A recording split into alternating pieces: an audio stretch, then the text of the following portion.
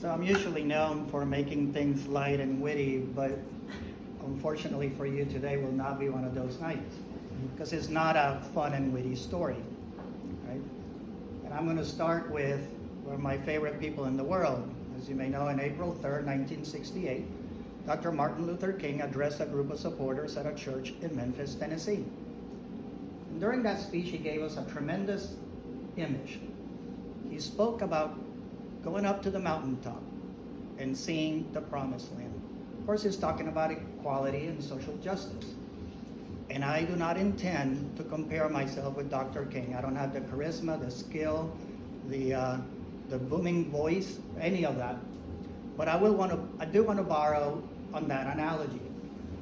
Because in the time that I've been involved with the ALS Association in the fight ALS, I've had an opportunity of sort of going to a bit of a mountaintop, one that researchers have laid out for us, where we can see a promised land.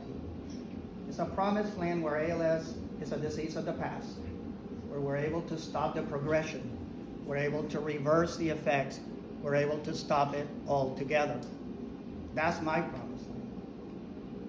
Now you may remember, if you're familiar with that speech, the line that followed, I will not make it there with you.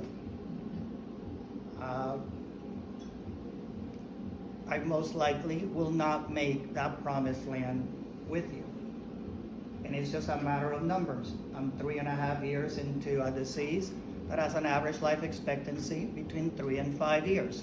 So you do the math. Okay? But that's okay. Because I'm not here today for me. I'm here today to talk for thousands of people nationwide who are like me, that are dealing with this, and the 1,000 others that haven't been diagnosed yet. Because in many ways, at the end of the day, that's really what I'm after. Okay? So let me just give you a little perspective of ALS. Most folks are familiar with the name, but probably don't know some of the intricacies of the disease. So from a medical perspective, I'm not a doctor either, so I'm not a great spokesperson, I'm not a doctor, a fairly ordinary bloke. But from a medical perspective, ALS is a neurological degenerative disease that is always fatal. As it stands today, that's our reality.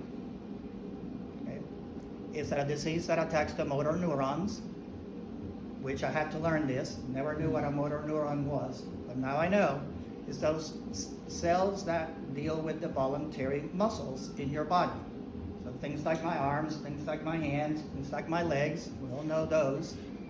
But it's also things like my ability to swallow, my ability to speak, ultimately my ability to breathe. That's usually how it gets you. But if it stopped there, it could almost sort of deal with that. But it doesn't. ALS has a tremendous financial impact on its patients.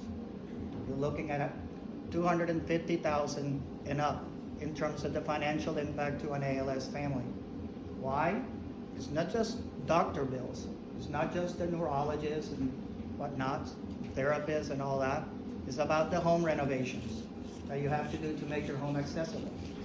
It's about the ramp that you have to put in your house so you can get out of your house. It's about the vehicle so that you can go to your doctors, go to church, meet with friends. Most of that insurance does not cover. So it comes out of your pocket. Let's not even talk about the lost income, because you have to stop working, so stop providing for your family, and most likely at some point your caregiver will have to stop working as well so that they can take care of you. And then there's the emotional and psychological impact of the disease.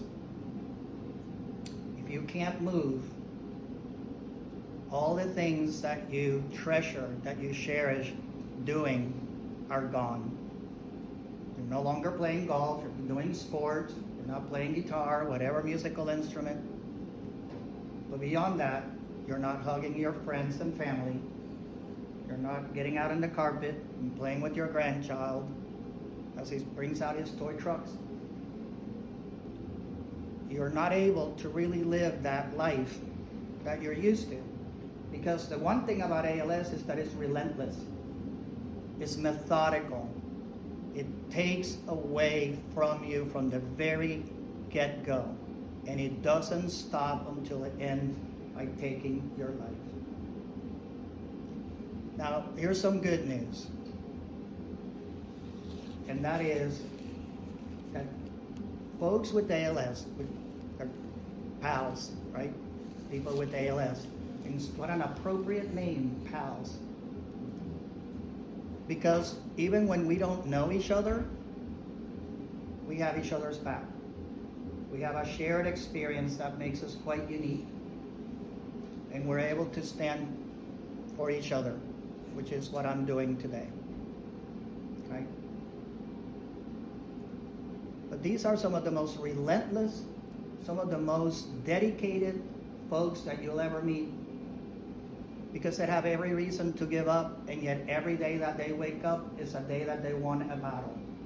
They know they're going to lose the war, and yet every day is a day that they won a battle. If you're ever in need of inspiration, find somebody with ALS, because trust me, they inspire me. Now here's the reality.